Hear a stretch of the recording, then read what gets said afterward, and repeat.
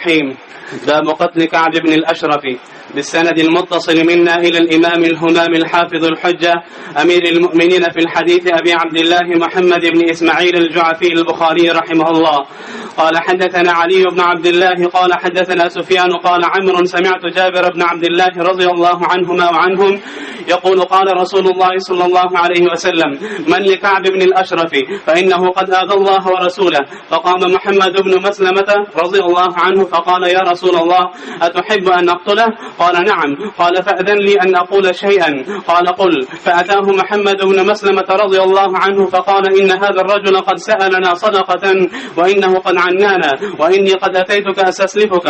قال وإذن والله لتملنه. قال إنا قد اتبعناه فلا نحب أن ندعه حتى ننظر إلى أي شيء يصير شأنه وقد أردنا أن تسلفنا وسخا أو وسخين وحدثنا غير مرة فلم يذكر وسخا أو وسخين. فقلت له فيه وسخا أو وسخين؟ فقال أرى فيه وسخا أو وسخين. فقال نعم ارهنوني. قالوا أي شيء تريد؟ قال ارهنوني نساءكم. قالوا كيف نرهنك نساءنا وأنت أجمل العرب؟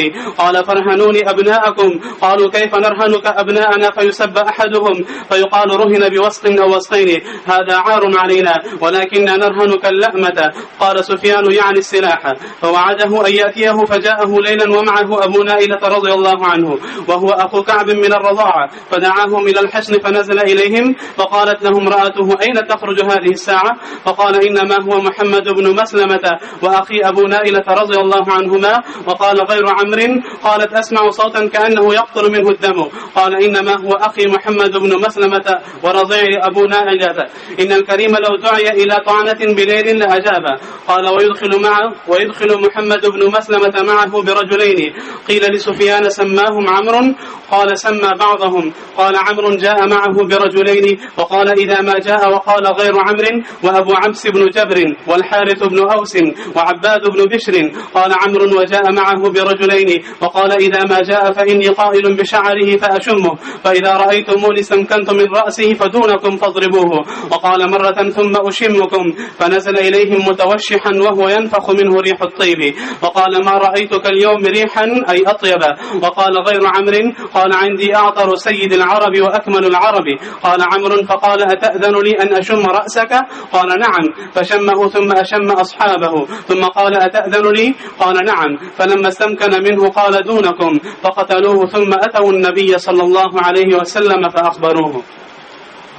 ما شاء الله. بسم الله الرحمن الرحيم. الحمد لله رب العالمين والصلاة والسلام على سبحانك لا علم لنا إلا ما علمتنا.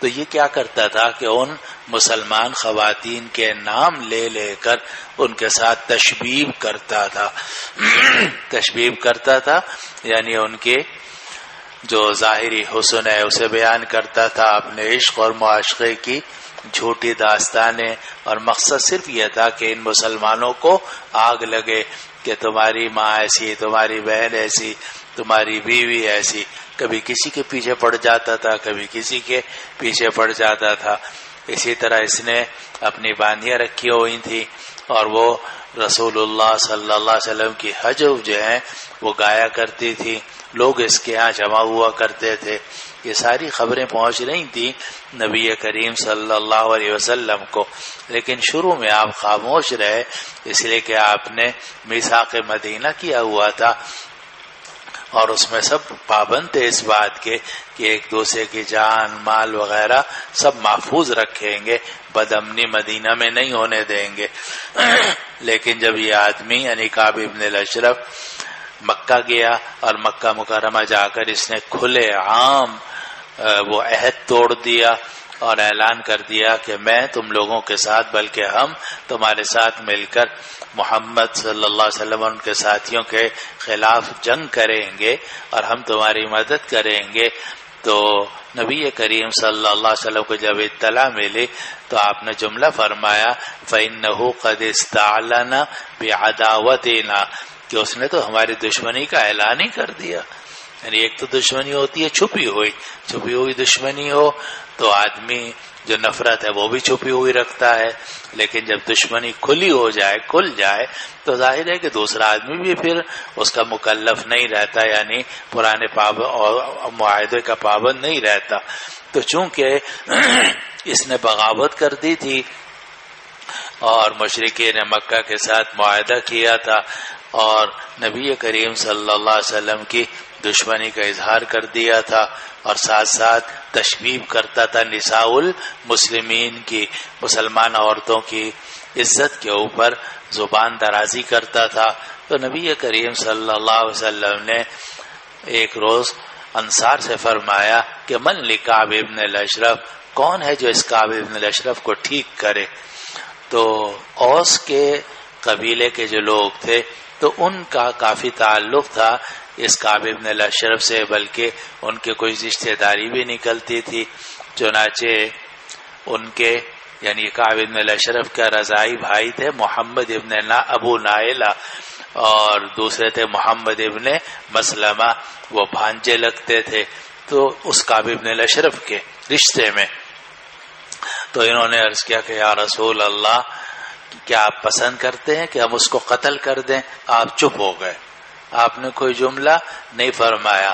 تو اس پر محمد ابن مسلمہ نے کہا اقر صامت، کہ اگر کوئی آدمی چپ ہو جائے تو اس کا مطلب یہ ہے کہ اس نے اقرار کر لیا کہ ہاں اس کام کے کرنے میں کوئی حرج نہیں ہے.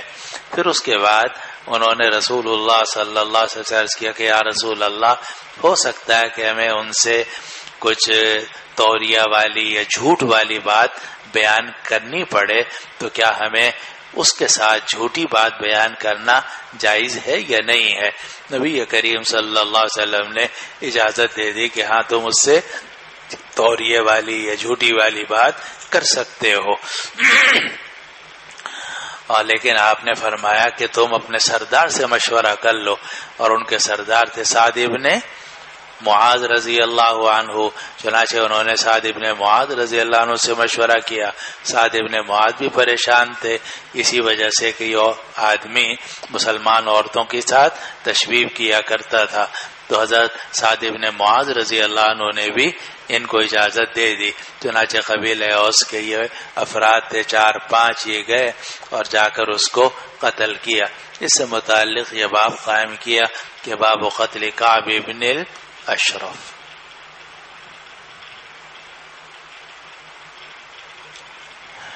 اور آپ کے حاشیے میں لکھا ہوا ہے کہ امام بخاری رحمہ اللہ نے یہ کتاب الجہاد میں بھی روایت ذکر کی ہے لیکن پوری ذکر نہیں کی. یہاں تو پوری ہے لیکن کتاب الجہاد میں صفحہ 341 پر کتاب الرہن کے اندر یہ روایت ذکر کی ہے. اور یہ اس سے استدلال کیا ہے کہ اگر کسی کافر سے کوئی قرض لیا جائے اور اس کافر کے پاس اب اپنے ہتھیار رکھوا دیں تو آیا کافر کو بطور رہن کے ہتھیار رکھوانا یہ جائز ہے یا نہیں ہے؟ اور ان حضرات نے یہی جا کر بات کی تھی کہ ہم تمہارے پاس ہتھیار رہن رکھوانا چاہتے ہیں۔ تو اس سے معلوم ہوا کہ اگر کسی کافر سے کوئی مالی معاملہ کیا جائے اور اس کے پاس آپ اپنے ہتھیار بطور رہن کے رکھوا دیں کہ جب ہم قرضہ ادا کریں گے تو اپنے ہتھیار واپس لے جائیں گے، تو جائز ہے یا نہیں؟ آپ حضرات کے مذہب کا تو مجھے علم نہیں، لیکن امام بخاری رحمہ اللہ اور ان سب حضرات نے اس کی اجازت دی ہے۔ بلکہ خود نبی کریم صلی اللہ علیہ وسلم کا جب وصال ہوا تو آپ کی زرہ رہن رکھی ہوئی تھی ابو شحم یہودی کے پاس، اور آپ نے اس سے جو لیے ہوئے تھے، اور اس وقت میں آپ کے پاس رقم نہیں تھی، یعنی دینار وغیرہ نہیں تھے، تو آپ نے اپنی زرہ اس کو دے دی کہ اگر میں نہ دے سکا تو یہ زرہ جو ہے اس کو تم بیچ کر اپنا قرضہ وصول کر لینا۔ بعد میں حضرت علی رضی اللہ عنہ گئے، جا کر انہوں نے وہ قرضہ نبی کریم صلی اللہ علیہ وسلم کا ادا کیا اور زرہ چھوڑائی۔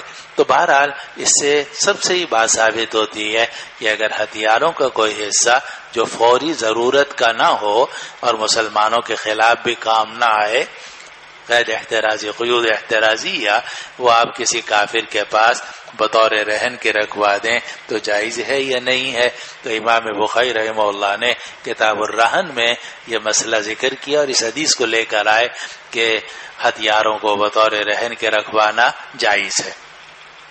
اسی طرح امام بخاری رحمہ اللہ نے اس حدیث کا کچھ حصہ کتاب الجہاد میں ذکر کیا، باب الکذب فی الحرب یا باب الکذب فی الحرب، کہ جنگ کے اندر اگر جھوٹ بولا جائے، یعنی دوسرے کو، مخالف کو اور اپنے دشمن کو دھوکہ دینے کے لیے آپ کوئی جھوٹی بات بیان کریں تو جائز ہے یا نہیں ہے؟ مثلا آپ نے اعلان یہ کر دیا کہ ہم ادھر حملہ کریں گے، لیکن آپ کے ذہن میں کہ ادھر نہیں جانا، وہاں سے ہم ٹرن لے کے اور مڑ کر پھر ادھر جا کے حملہ کریں گے، تو وہ ادھر متوجہ ہو گئے اور آپ نے جناب الحرب خدعۃ، الحرب خدعۃ، تو جنگ تو دھوکے کا نام ہے، جو پہلے دھوکہ دے دیتا ہے اور وہ جیت جاتا ہے، جو دھوکہ کھا لیتا ہے وہ جنگ میں شکست کھا جاتا ہے۔ اس لیے جنگ کے اندر اگر جھوٹا پیغام بھیج دیا جائے، آپ نے دشمن کو گمراہ کرنے کے لیے کوئی جھوٹا پیغام بھیج دیا اور اس سے وہ کسی غلط نتیجے پر جو آپ کے حق میں جاتا تھا پہنچ جائے، تو اس میں کوئی حرب نہیں ہے، کوئی حرج نہیں ہے۔ اس کے لیے امام بخاری رحمہ اللہ نے باب قائم کیا کتاب الجہاد میں کہ باب الکذب فی الحرب، کہ جنگ کے اندر جھوٹ بولنا جائز ہے یا نہیں؟ جواب یہ کہ جنگ کے اندر جھوٹ بولنا جائز ہے۔ اور کتنی جگہوں میں جھوٹ بولنا جائز ہے؟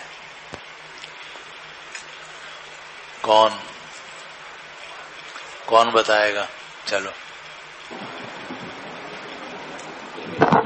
میاں بیوی کے درمیان صلح کے وقت اس وقت بھی جھوٹ کہنا جائز ہو جاتا ہے تاکہ صلح ہو جائے دونوں کے درمیان۔ تیسرا کیا؟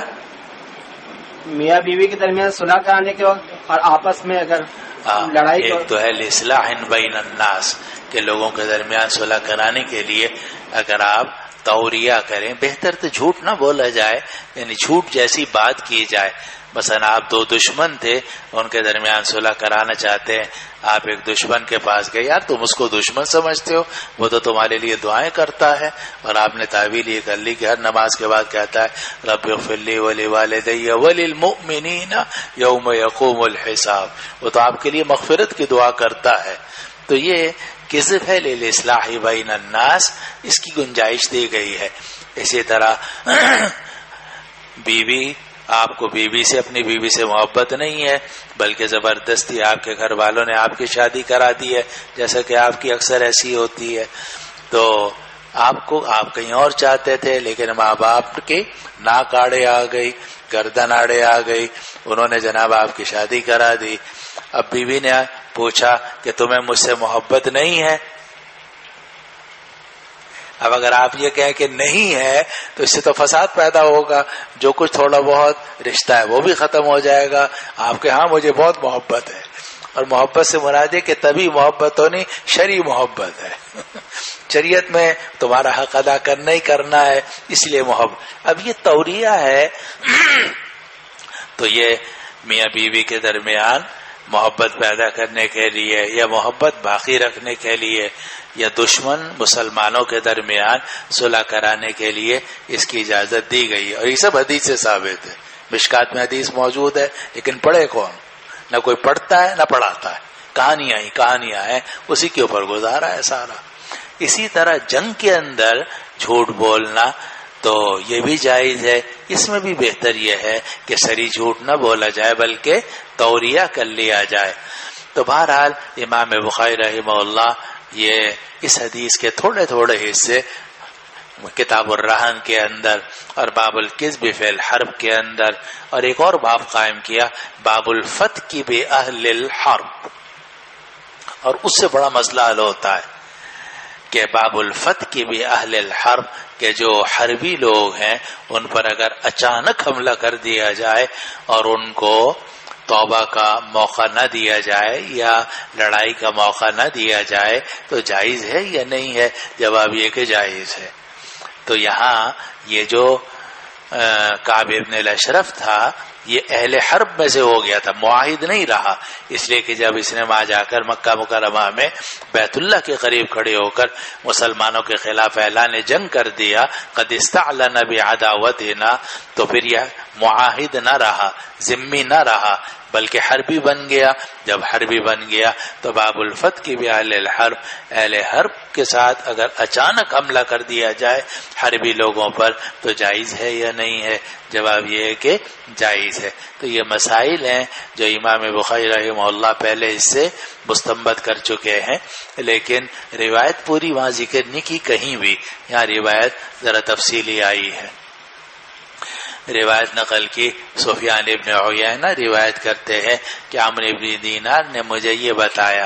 اب یہ ذہن میں رکھو کہ سفیان ابن عیینہ نے یہ حدیث نقل کی ہے عمرو ابن دینار سے، لیکن یہ حدیث انہوں نے صرف عمرو دینار سے نہیں سنی تھی، اور بھی حضرات سے سنی تھی.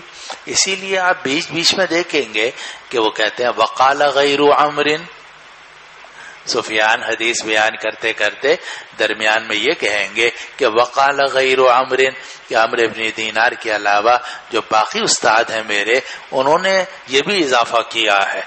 اصل روایت تو ہے عمرو ابن دینار کی جس کو سفیان ابن عیینہ رحمہ اللہ نے نقل کیا ہے، مگر سفیان ابن عیینہ نے یہ حدیث صرف عمرو ابن دینار سے نہیں سنی اور لوگوں سے بھی سنی ہے. اور عمرو ابن دینار کہتے ہیں کہ میں نے یہ حدیث سنی ہے جابر ابن عبداللہ رضی اللہ عنہ سے، اور یہ خزرجی ہیں. یہ فرماتے ہیں کہ رسول اللہ صلی اللہ علیہ وسلم نے فرمایا من لکعب ابن الاشرف، کون ہے کعب ابن الاشرف کے لیے؟ فإنه قد آذى اللہ ورسولہ، کیونکہ اس نے اللہ رسول کو بہت تکلیفیں پہنچائی ہیں. اور دوسرا جملہ وہ ہے جو میں نے آپ کو بتایا فإنه قد استعلن بعداوتنا. تو محمد ابن مسلمہ رضی اللہ عنہ کھڑے ہوئے، اور محمد ابن مسلمہ یہ قبیلہ اوس کے بنو الاشہل سے تعلق رکھتے تھے. یہ کھڑے ہوئے اور عرض کیا کہ یا رسول اللہ اتحب ان اقتلہ، کیا آپ پسند کرتے ہیں کہ میں اس کو قتل کر دوں؟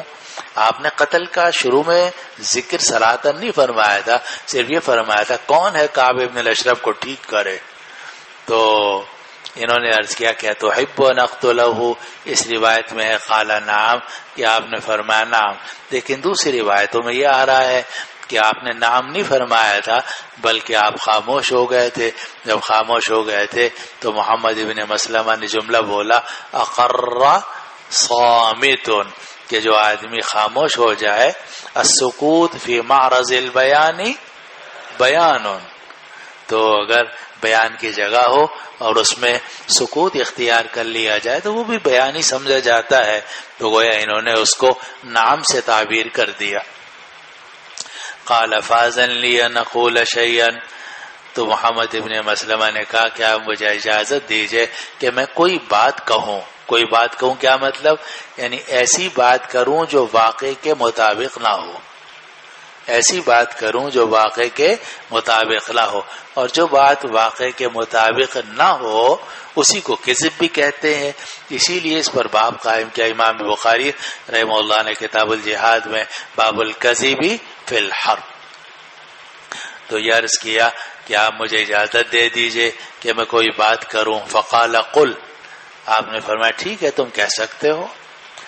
فاتاہ محمد ابن مسلمہ، تو محمد ابن مسلمہ کعب ابن الاشرف کے پاس پہنچے اور کہا ان ھذا الرجل قد سألنا صدقۃ، اور اسے جا کر کہا کہ اس آدمی نے ہم سے صدقے کا سوال کیا ہے. کبھی کہتا ہے زکوٰۃ دو، کبھی کہتا ہے صدقۃ الفطر دو. تو یہ آدمی ہم سے صدقہ کہتا رہتا ہے، ہم سے صدقے کا سوال کرتا ہے. وَإِنَّهُ قَدْ عَنَّانَا، اور اس آدمی نے ہمیں مشقت میں ڈال دیا ہے. کبھی کہتا ہے فجر کی نماز پڑھو، کبھی کہتا ہے ظہر کی نماز پڑھو، کبھی کہتے ہیں کہ عصر کی نماز پڑھو. وَإِنَّهَا لَكَبِيرَةٌ، یہ وَإِنَّهَا لَكَبِيرَةٌ بالکل وہی بات ہے قد عنانا والی. اگر محمد ابن مسلمہ یہ کہہ رہے ہیں کہ اس آدمی نے ہمیں مشقت میں ڈال دیا ہے، تو واقعی فجر میں، ظہر میں، عصر میں مشقت تو ہے، لیکن اللہ تعالیٰ کا حکم ہوتا ہے تو آدمی جاتا ہے، پانچوں نمازیں اپنے وقت پر ادا کرتا ہے. تو انہوں نے کہا کہ اس آدمی نے ہم سے صدقے کا سوال کیا ہے اور اس نے ہمیں مشقت میں ڈال دیا ہے. وَإِنِّي قَدْ أَتَيْتُكَ أَسْتَسْلِفُكَ، اور میں تمہارے پاس آیا ہوں تاکہ تم سے کچھ قرضے کی درخواست کروں، مجھے قرضہ دے دو. قَالَ وَأَيْضًا وَاللَّهِ لَتَمُلُّنَّهُ، تو کعب ابن الاشرف کہنے لگا اور ابھی اللہ کی قسم تم اس سے تنگ دل ہوگے. مل یملو ملالن، تنگ دل ہونا، تو تم ضرور بھی ضرور ابھی اور تنگ دل ہوگے اس سے، یعنی ابھی تو تھوڑا سے تنگ ہوئے ہو، ابھی تو اور تم تنگ ہوگے. قال غینا قد تبعناه فلا نحب ان ندعه حتى ننظر الى اي شيء يصير شانه. تو انہوں نے کہا کہ ہاں ہم تو ان کی پیروی کر چکے ہیں اس آدمی کی، اب ہم یہ پسند نہیں کرتے کہ ہم ان کو چھوڑیں یہاں تک کہ ہم دیکھ لیں کہ کہاں تک جا کر ان کی حالت ختم ہوتی ہے، یعنی ان کو فتح ہوتی ہے، شکست ہوتی ہے. فی الحال ہم چھوڑنا تو نہیں چاہتے مگر مشقت میں بہت ہے، قرضہ چڑھا ہوا ہے، تو ہمیں قرضہ دے دو. وقد ارادنا ان تسلفنا وسقا او وسقین، اور ہم نے ارادہ کیا ہے کہ تم ہمیں ایک وسق یا دو وسق کھجوروں کے دے دو. وسق بڑا تھال ہوتا تھا، ٹوکری ہوتی تھی، برتن وہ جس میں 60 سا کھجور کے آ جاتے تھے. تو کہا کہ تھیلا بڑا والا، تو کہا کہ تم ہمیں ایک وسق یا دو وسق دے دو. فقال، اور راوی کہتے ہیں اورا فیہ وسقا او وسقین، میرا خیال یہ ہے کہ راوی نے یعنی جابر ابن عبداللہ نے یا عمرو ابن دینار نے یہی جملہ کہا تھا. وحدثنا غیر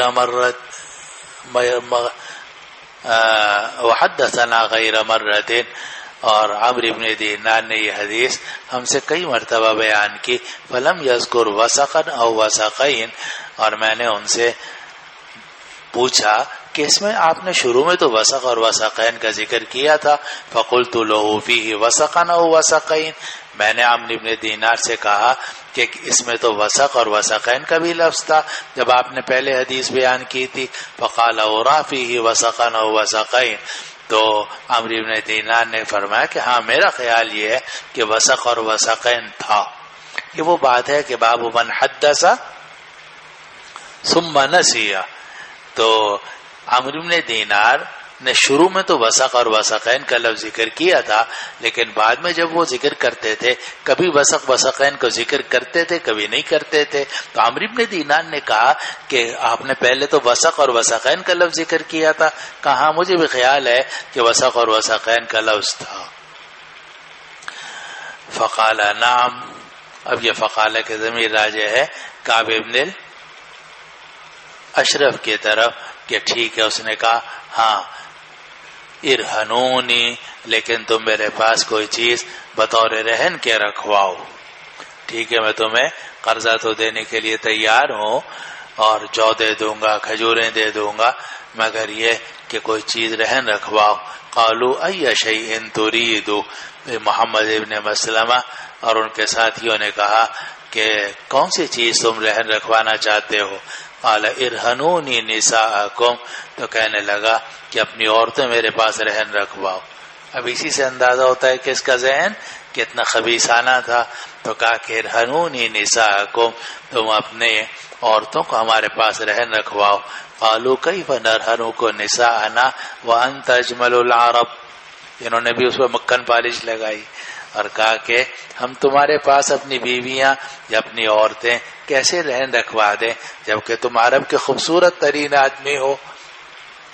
قال فرہنونی ابناءکم، تو کعب ابن الاشرف کہنے لگا کہ ٹھیک ہے پھر اپنے بیٹوں کو رہن رکھواؤ، بیٹے تمہارے نابالغ میرے پاس رہیں گے، جب آؤ گے پیسے لے کر تو بیٹے واپس لے جانا.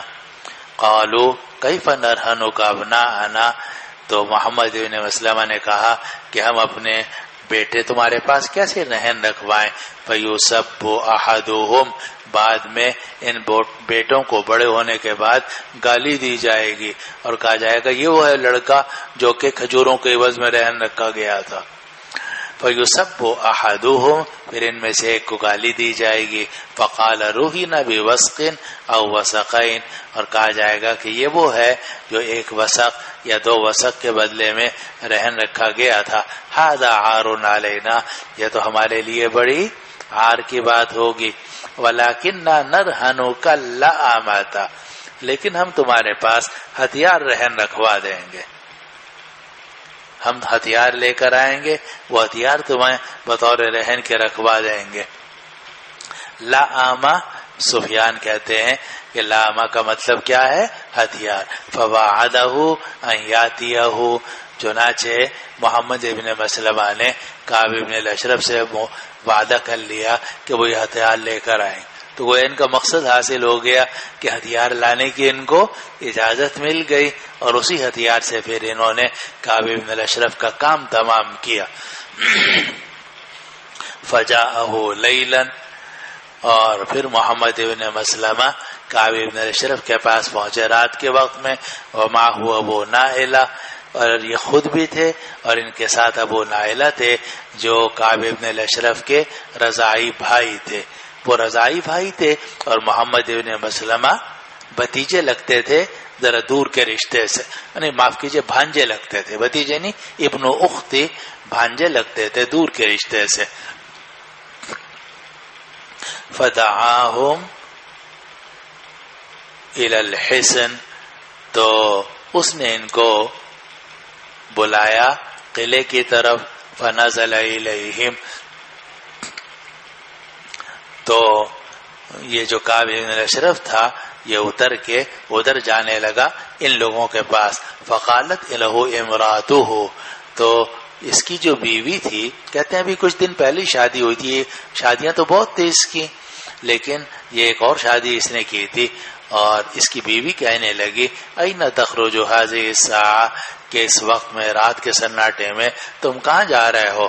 کہا کہ وہ محمد ابن مسلم آیا ہے اور میرا رضاعی بھائی ابو نائلہ آیا ہے. وقال غیر عمر، اور سفیان ابن عیینہ کہتے ہیں کہ عمرو ابن دینار کے علاوہ جو باقی اساتذہ ہیں انہوں نے مجھے یہ کہا ہے کہ قالت، اس خاتون نے یہ بھی کہا تھا، اسمع صوتا کانہ یقطر منہ الدم، مجھے تو ایسی آواز میں سن رہی ہوں کہ جس سے خون ٹپک رہا ہے. گویا وہ اس کی چھٹی حص، عورت کی ہر آدمی کے اندر چاہے مسلمان ہو چاہے کافر ہو چھٹی حص ہوتی ہے جی، وہ کبھی کبھار پھڑکنے لگتی ہے، آدمی کو اندازہ ہو جاتا ہے کہ کام خراب ہو رہا ہے. تو وہ جو عورت تھی اس کو اندازہ ہو گیا کہ معاملہ کچھ گڑبڑ ہے. اس نے کہا کہ یہ جو آواز میں نے سنی ہے اور جو تمہیں لوگ نیچے بلا رہے ہیں، مجھے ایسا لگتا ہے کہ خون ٹپک رہا ہے ان کی آواز سے. قال انما هو اخی محمد بن مسلمہ ورضی ابو نائلہ، کہا نہیں یہ تو میرا بھائی ہے محمد بن مسلمہ اور میرا رضائی بھائی ابو نائلہ. ان الکریم لو دعی الی طعنۃ بلیل لاجاب، شریف آدمی کو اگر رات کے وقت میں بھی نیزہ بازی کی دعوت دی جائے گی تو وہ دعوت کو قبول کرے گا. یعنی میں بھی ہتھیار لے کے جا رہا ہوں نیچے، اگر کوئی لڑائی کا موقع ہوا تو لڑائی بھی کر لیں گے. قال ويدخل محمد بن مسلمہ معه برجلین، اور محمد ابن مسلمہ اپنے ساتھ داخل کر رہے تھے دو آدمیوں کو. قیل لسفیان سماہم عمرو، سفیان ابن عیینہ سے پوچھا گیا کہ کیا عمرو ابن دینار نے ان کا نام ذکر کیا تھا کہ کون لوگ تھے؟ قال سما بعضهم، کہا ہاں ان میں سے کچھ کا نام لیا تھا. قال عمرو جاء معه برجلین، تو عمرو ابن دینار نے تو شروع میں صرف اتنا بتایا کہ دو آدمی لے کر آیا. فقال اذا ما جاء، اور محمد ابن مسلمہ نے کہا کہ جب یہ کعب ابن اشرف آئے. یہ روایت تو ہے عمرو ابن دینار کی. وقال غیر عمرو، اور عمرو ابن دینار کے علاوہ جو دوسرے اساتذہ ہیں انہوں نے نام لے کر کہا کہ ان میں ایک ابو حفص ابن جبر تھے، دوسرا حارث ابن اوس تھے، اور تیسرے عباد ابن بشر تھے. تین یہ اور دو وہ، محمد ابن مسلمہ اور ابو نائلہ، کل کتنے ہو گئے؟ 5. تو یہ 5 افراد تھے. بہرحال عمرو ابن دینار نے تو یہ کہا جاء معه برجلین، جس سے معلوم ہوتا ہے کہ دو آدمی تھے. لیکن ابن دینار کے علاوہ باقی جو اساتذہ ہیں انہوں نے نام لے کر ذکر کیا ہے کہ 2 یہ تھے 3 وہ تھے، کل ملا کر 5 تھے. قال عمرو جاء معه برجلین، عمرو ابن دینار نے حدیث سناتے ہوئے کہا کہ وہ اپنے ساتھ 2 آدمی لے کر گئے. فقال، اور محمد ابن مسلمہ نے اپنے ساتھیوں سے کہا اذا ما جاء، کہ جب کعب ابن الاشرف آئے گا فإنی قائل بشعریہ، تو میں اس کے بالوں کے بارے میں کوئی بات کہوں گا یا کروں گا. اگر قائل بشعریہ ہو تو مطلب یہ ہوگا کہ میں اس کے بالوں کی اور خوشبو کی تعریف کروں گا. اس زمانے میں اور اب بھی بعض جگہوں میں خوشبو لگاتے ہیں بالوں میں تاکہ کوئی معانقہ کرے تو اس کو خوشبو آئے، تو میں اس کے بالوں کی تعریف کروں گا. یہ تو ہے اگر قال کے معنی ہو کہنے کے، لیکن کبھی کبھار قال کے معنی کرنے کے بھی آتے ہیں. چنانچہ کہا جاتا ہے قال بقدمہ، اس نے اپنے قدم سے یہ کہا، مراد کیا کہ اپنے قدم اٹھائے. قال بیدہ، اس نے اپنے ہاتھ سے کہا، یعنی اس کو تحفہ دیا. تو یہ قال کبھی کبھار فعل کے معنی میں بھی آتا ہے. تو اگر فعل کے معنی میں ہو تو مطلب یہ ہوگا کہ میں اس کے بالوں کو قابو کروں گا تاکہ تم اس کو قتل کر سکو. انی قائل بشعریہ، میں اس کے بالوں کے بارے میں کوئی بات کروں گا. فاشمہ، اور میں اس کے بال سونگوں گا. فاذا رأیتمونی، اور جب تم مجھے دیکھو. استمکنت من راسہ، کہ میں نے اس کا سر اپنے قابو میں کر لیا ہے. فدونکم، تو تم اس کو پکڑ لینا. فضربوہ، اور اس کو مار دینا. وقال مرتن، اور عمرو بن دینار نے ایک مرتبہ یہ بھی کہا ثم اشمکم، کہ میں خود بھی اس کے بال سونگوں گا، تمہیں بھی کہوں گا کہ تم بھی سونگو، تم سب مل کے اس کی گردن پکڑ لینا. ثم اشمکم، میں پھر تمہیں سونگواؤں گا یعنی تم بھی سونگ لینا. فنزل الیہم متوشحا، تو وہ ان کی طرف اترا اس حالت میں کہ اس نے وشاح ڈالی ہوئی تھی. وشاح کہتے ہیں خوبصورت چادر کو، ظاہر ہے دلہا بنا ہوا تھا، شادی وادی کی ہوئی تھی، تو اس نے ایک چادر اپنے اوپر ڈالی ہوئی تھی.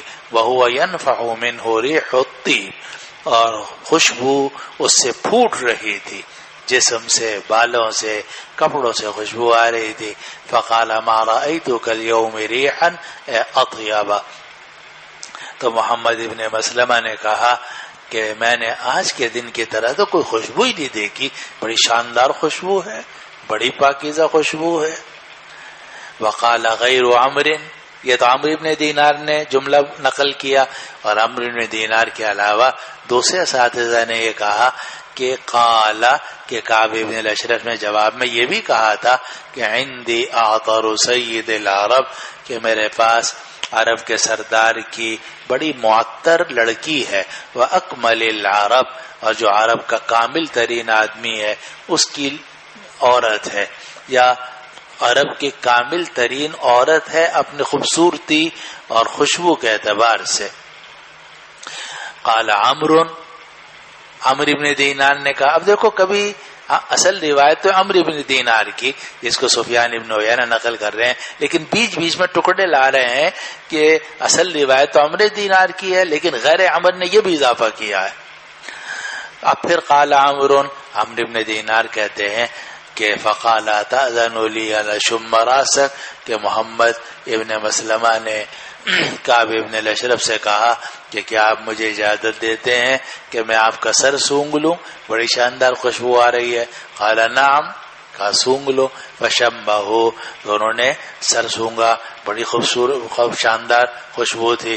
ثم شم اصحابہ، اور اپنے ساتھیوں کو بھی سونگوایا، اور یہ کہا کہ کیا آپ مجھے اجازت دیتے ہیں کہ میں ساتھی بھی سونگ لیں؟ قال نعم، کہا ہاں۔ یہ اسی کی تفسیر ہے، یہ علیحدہ سے جملہ نہیں ہے، یہ فاشمہ سے ثم شم اصحابہ کی تفسیر ہے۔ فلما استمکن منہ، اور جب انہیں اس کے اوپر قدرت حاصل ہو گئی، قال دونکم، تو محمد ابن مسلم نے فرمایا پکڑو اس کو، دونکم اخذوہ، تم اس کو پکڑو۔ فقتلوہ، چنانچہ انہوں نے اسے قتل کیا۔ ثم اتوا النبی صلی اللہ علیہ وسلم، پھر یہ سب حضرات نبی کریم صلی اللہ علیہ وسلم کے پاس آئے، فاخبروہ، اور آپ کو خبر دی کہ ہم نے اس دشمن کو قتل کر دیا ہے۔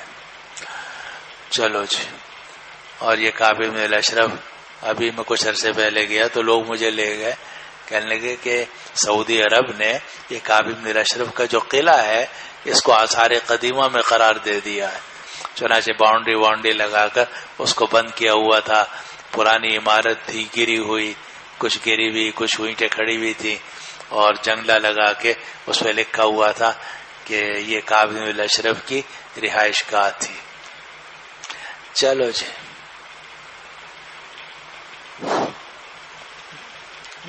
سیٹ نمبر 133، جی نام محمد عیسیٰ، والد صاحب کا نام محمد نصیر، تعلق کوئٹہ شہر سے ہے، اور ابتدائی درجات اولا سے لے کر رابعہ تک جامعہ شمس المدارس کوئٹہ میں پڑھے، خامسہ سے ابھی تک جامعہ ہزا میں زیر تعلیم ہوں، حافظ قرآن ہوں اور روزانہ ایک پارہ کی تلاوت کرتا ہوں، ماشاء عصری تعلیم ایم اے ہے۔ ماشاء اللہ۔ باب قتل ابی رافع عبداللہ ابن، بسم اللہ الرحمن الرحیم، باب قتل ابی رافع عبداللہ ابن ابی الحقیق۔ یہ اچھا کیا آپ نے بسم اللہ پہلے پڑھنی چاہیے، جی شابش۔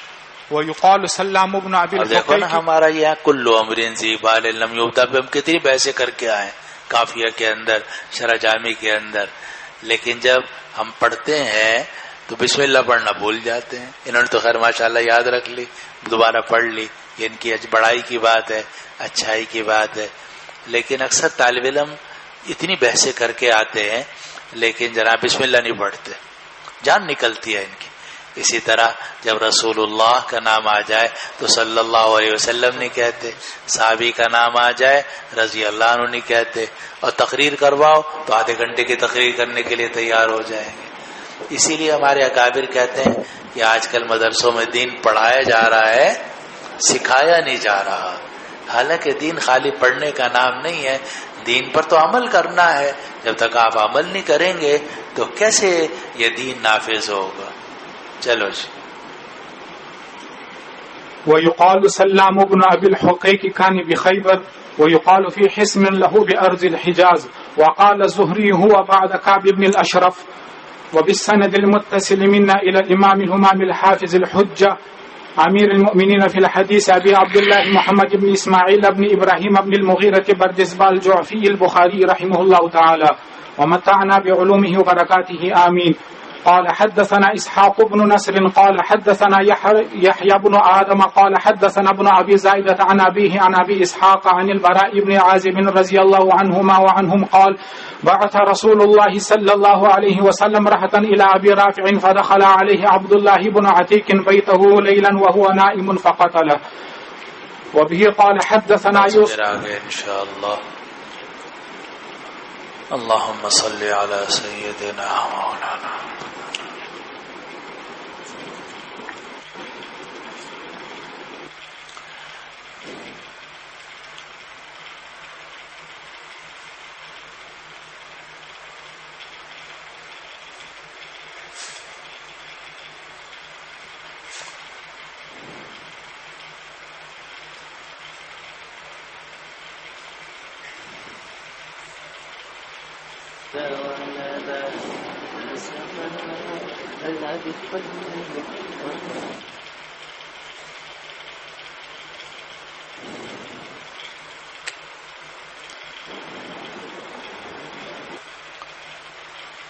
سبحانك اللهم وبحمدك اشهد ان لا اله الا انت استغفرك. سوال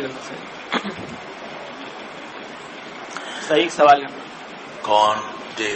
اس سے پچھلی حدیث کے اندر جو بار بار فرمایا وقال غیر عمرو، تو اس کے اندر جو راوی مجہول تھا، تو اس سے حدیث کی صحت میں کوئی اثر نہیں پڑے گا؟ نہیں، اس لیے کہ جو راوی ہیں وہ ثقہ ہے، اور زیادت الثقۃ مقبولۃ بالاتفاق.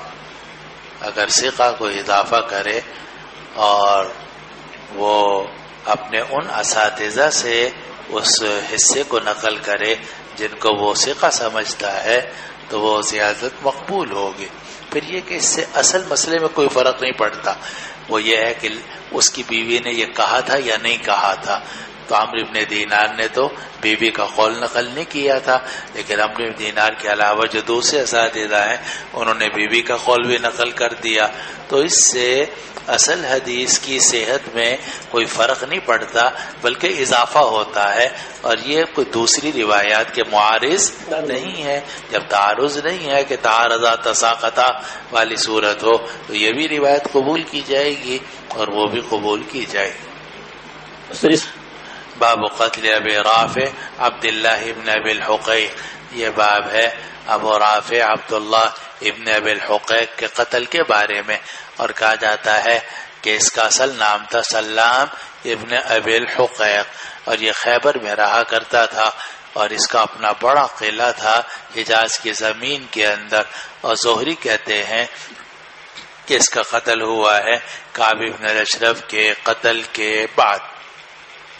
دو آدمی ایسے ہیں کہ جن کو قتل کیا گیا جبکہ جنگ نہیں ہو رہی تھی. گویا آدمی گئے، صحابہ گئے اور جا کر کعب بن الاشرف کو قتل کیا. اسی طرح صحابہ گئے اور جا کر سلام ابن ابی الحقیق کو قتل کیا. تو یہ دو آدمی وہ تھے کہ جو حربی بھی تھے اور یہ بڑے فتنہ پرداز تھے، اور ان کی عداوت اور ان کا اعلان جنگ مختلف ذرائع سے ثابت ہو گیا تھا. اور ان کے فتنے کو ختم کرنے کے لیے نبی کریم صلی اللہ علیہ وسلم نے ان دونوں کے قتل کی اجازت دی. ان میں پہلا تو کعب بن الاشرف ہے جس کے بارے میں روایت گزر چکی، اور اس کا قتل ہوا ہے غزوہ بدر کے بعد، غزوہ احد سے پہلے. غزوہ بدر کے بعد غزوہ احد سے پہلے، کیونکہ ابھی ہم نے بتایا تھا آپ کو کہ کعب بن الاشرف غزوہ بدر کے بعد گیا، وہاں جا کر اس نے مشرکین مکہ سے اعلان کے ساتھ مل کر اعلان جنگ کیا مسلمانوں کے خلاف الاخری ہی. تو اس کا جو قتل ہوا ہے وہ تو غزوہ بدر کے بعد ہوا ہے بلکہ غزوہ احد سے کچھ پہلے. اور یہ جو سلام ابن ابی الحقیق ہے اس کا قتل ہوا ہے غزوہ احزاب کے بعد، غزوہ خندق کے بعد. غزوہ احزاب غزوہ خندق ایک ہی غزوہ ہے، تو جو سن 5 ہجری میں ہوا، تو اس غزوہ احزاب غزوہ خندق کے بعد اس کا قتل ہوا ہے. اور غزوہ احزاب کو میں تمام احزاب کو، تمام قبائل عرب کو مدینے پر لانے میں اور حملہ کرانے میں اسی کا زیادہ دخل تھا، اور اسی نے کوشش کر کے تمام لوگوں کو، تمام قبائل کو جمع کیا تھا اور حملہ آور ہوئے تھے۔ بھئی یہاں بغیر اجازت کے بیٹھنے تو ناظم صاحب سے اجازت لانی پڑے گی۔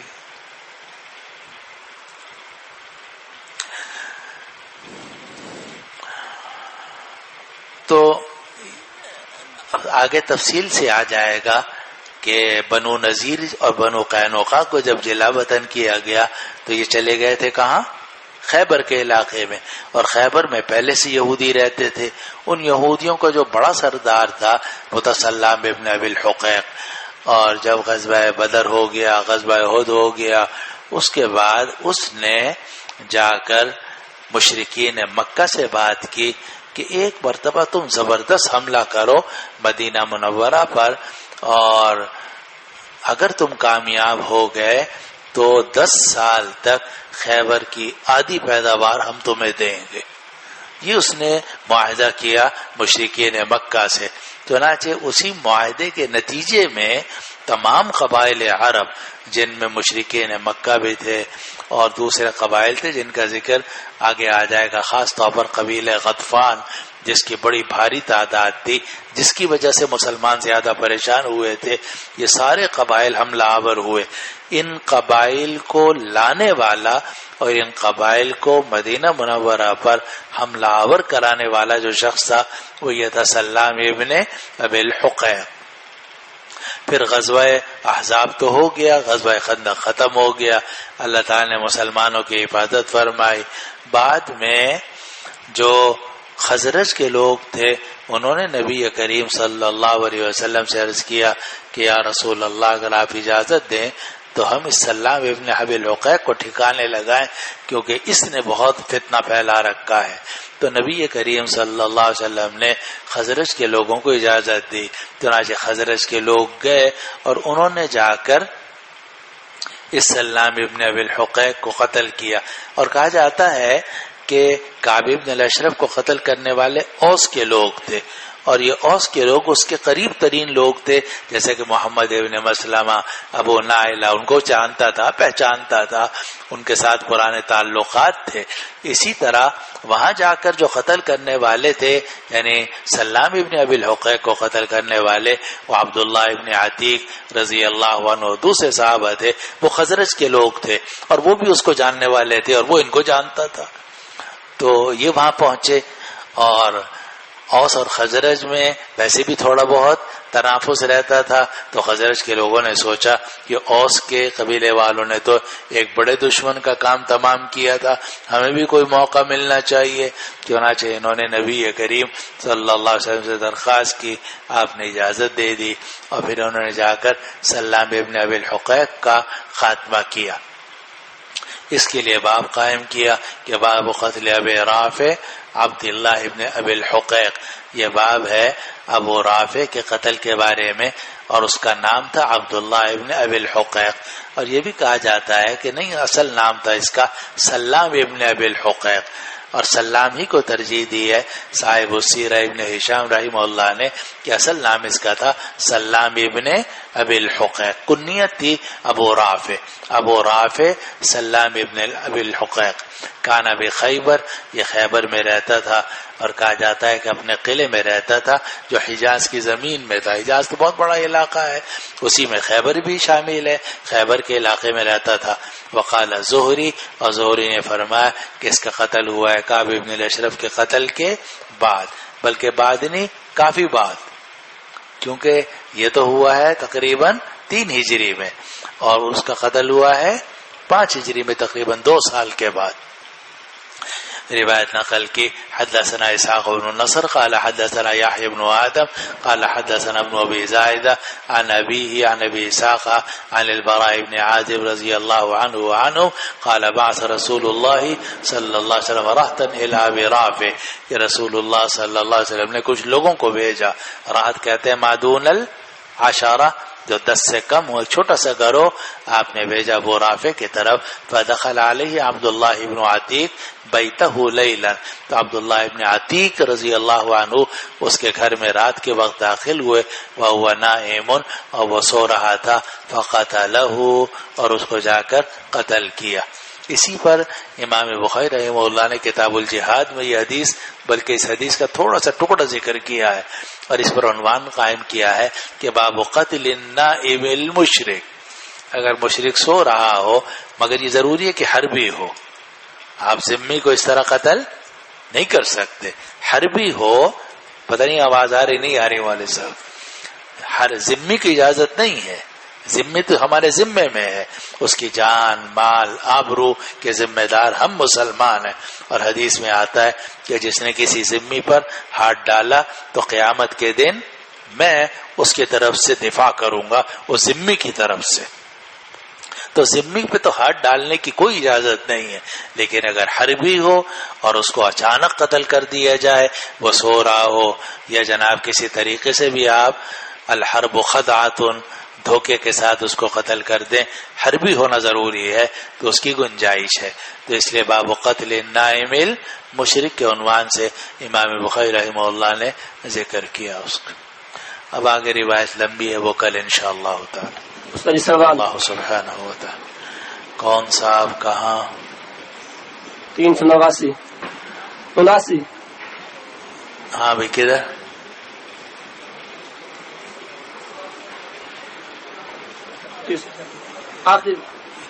کیا نمبر ہے آپ کا؟ 379. 379. ارشاد.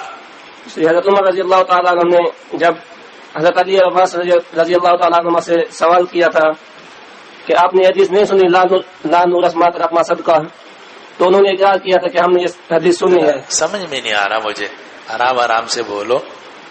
کہ حضرت عمر رضی اللہ تعالیٰ عنہ نے جب حضرت عباس رضی اللہ تعالیٰ عنہ اور حضرت علی سے سوال کیا تھا کہ آپ نے یہ حدیث نہیں سنی لا نورث ما ترک ما صدقہ، تو انہوں نے اقرار کیا تھا کہ ہم نے یہ حدیث سنی ہے. اچھا تم پیچھے چلے گئے ہو، بہت پیچھے. جی کل والے سبق.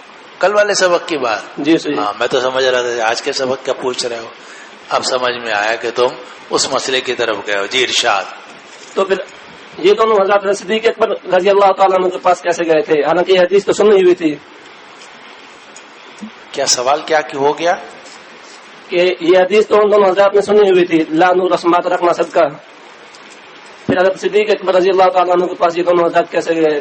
یعنی انہوں نے اقرار کیا کہ ہاں یہ حدیث صحیح ہے، اور ہو سکتا ہے کہ سنی ہو مگر بھول گئے ہوں، اور یہ بھی ہو سکتا ہے کہ براہ راست نہ سنی ہو، لیکن دوسرے صحابہ سے جب پہنچ گئی تو ان کو اطمینان ہو گیا.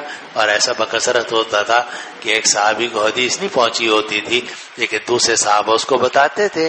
جب بتاتے تھے تو وہ اس حدیث کو تسلیم کرتا تھا اور پھر کہتا تھا ہاں یہ حدیث صحیح ہے اور رسول اللہ صلی اللہ علیہ وسلم کا فرمان. واللہ سبحانہ